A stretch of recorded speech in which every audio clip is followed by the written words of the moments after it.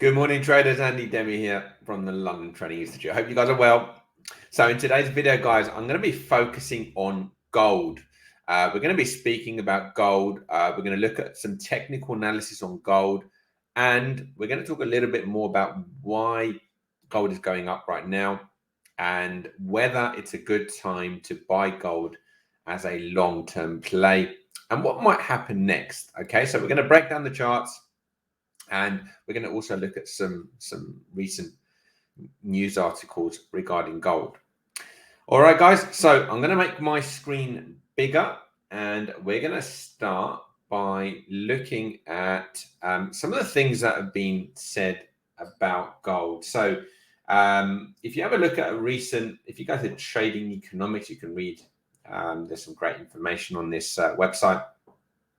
But here's what it says here about gold. Gold broke decisively above the $2,000 an ounce on Tuesday, marching towards an all-time high hit in August 2020 as geopolitical and economic uncertainty surrounding the Russia-Ukraine war lifted demand for the safe haven metal. The ongoing conflict in Ukraine showed no signs of de-escalation, shaking up commodity markets because Russia is such a heavyweight supplier in so many areas and a major gold producer. Okay, so what happens, guys, is if the supply is going down, then naturally the price is going to go up. So the war at the moment is reducing supply, as it says there. Surging commodity prices also fueled inflationary and growth concerns, presenting fresh challenges to central banks. Moreover, the London Bullion Market Association suspended 6 Russian precious metal refiners, prohibiting them from selling gold and silver in the London market. Again, another supply squeeze, which is obviously going to be bullish for gold. Now, if you have a look at an article back on the 22nd of February, so this was a couple of weeks ago, UBS have kind of a different stance on where gold prices are going to go.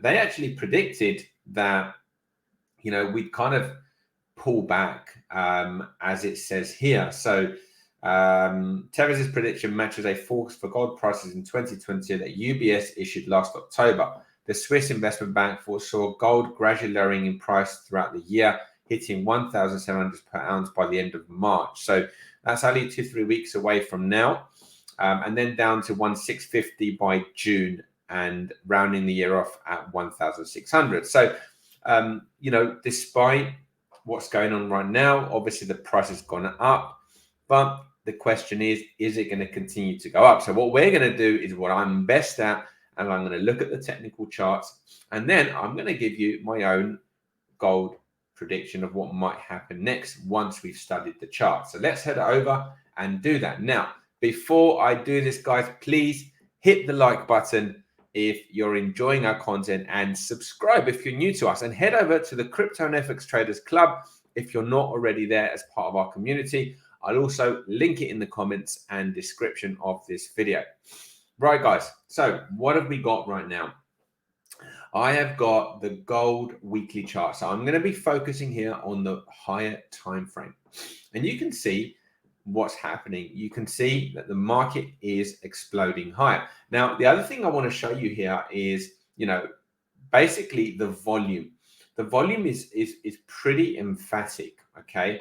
So you can see here that there's been a massive spike up in volume during this move up, which again is a very good sign for gold, okay? So that's a bullish thing. If you have a look back, the last time we had a big surge in volume was actually over here. And if you see here what happened, the volume, there was lots of high red volume bars, and the market was going down, okay? And that actually, if you just have a look at the way that the price action was moving, it kind of looks a bit similar to what we had here. So, that's something to bear in mind, okay? At the moment, though, this is green volume. So, you can see here the big bars there were red volume. So, just have that in mind, that this could be an interesting point. Now, from a fundamental point of view, guys, it's clear, gold has always been a safe haven, right? So, when there's uncertainty in the world, people move money out from currencies like the dollar and sterling and they move it into safe haven, assets like gold. And gold is traditionally the number one asset that happens to. Now with digital currencies, we're also seeing some of that money flow into Bitcoin, although at the moment that market is a little bit more depressed. We can see at the moment the money has been going into gold. Now, who knows? There may be a new inverse correlation that gets formed with gold and Bitcoin, something to look out for, right? If money starts to flow out of gold, I just wonder where that money is going to go to. Is it going to go back into currencies where there's all this uncertainty, or is it going to head into cryptos, like mainly Bitcoin? Well, that's something we want to keep a lookout for sure. Now, I'm going to put some drawings on that's going to show you a little bit more of this picture and what's going on here. So if I just, I removed my drawings just before we got on. Now, if you have a look, you can see that we have got a really, really important line. And you can see this is a reactive line, and we are coming up to that level right now. And remember, it's always going to be a challenge to break an all-time high. And that's what was formed, back in 2020. You can see $2,073 an ounce on gold. That's going to be tough, especially to try and break right now. And we are running into this kind of resistance area here. Now, the other thing I want to show you here is, we can see the market, the 8 moving average is above the 21 moving average. It looks good from that point of view. But remember, if the market is going to come back, if it is going to go up, it's very likely that we'll come back and test this moving average here. Okay, if you have a look really at all kind of past runs, you can see the market generally comes back to its moving averages before kind of moving higher. So you always want to try and avoid chasing a market if you can, because you can end up buying at the high and then seeing through drawdown. And remember, there are opposing news. Like if we take UBS's view, for example, then they're predicting that we're going to be kind of all the way back down here, which again can happen. Absolutely. I don't think that's going to happen by the end of March. Although we never say never in the markets, things can definitely happen. And if it does come back down here, that would be bringing us back down to its 200 weekly moving average. And you can see this is a very reactive line here. And that, for me, would represent a very nice value buy point on gold. Now, the other thing I want to show you guys is this envelope that I've got here. Now, you can see this is a really nice envelope that actually can go back historically. You can see it acts as a really nice upper boundary for gold. Okay, as the market goes up, it hits the upper boundary, comes down here, gets to that, bounces down. And you can see this kind of keeps us in check. And the most recent run up here in 2020, you can see the market basically again bounced at that upper boundary. Where is that right now? Well, it's not that far from where we are right now. Okay, if the market was to rally a little bit higher, then it would potentially take us right to that. And it wouldn't surprise me. It wouldn't surprise me if we actually go and test that. However, I would just be a little bit cautious as a long-term play right now.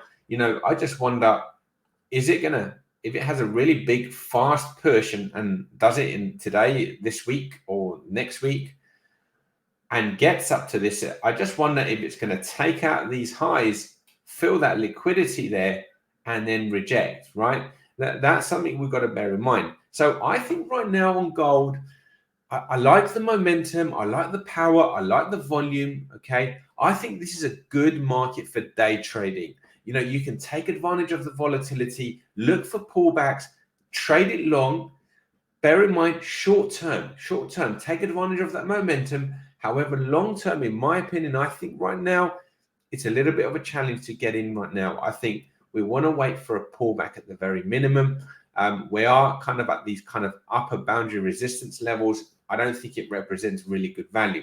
If, however, we were to break through all of this stuff, so if I just remove all of these lines, if we were to break through all of this stuff and then come back and moving averages catch up, and then we're above this high, I think that would then represent a good swing play long.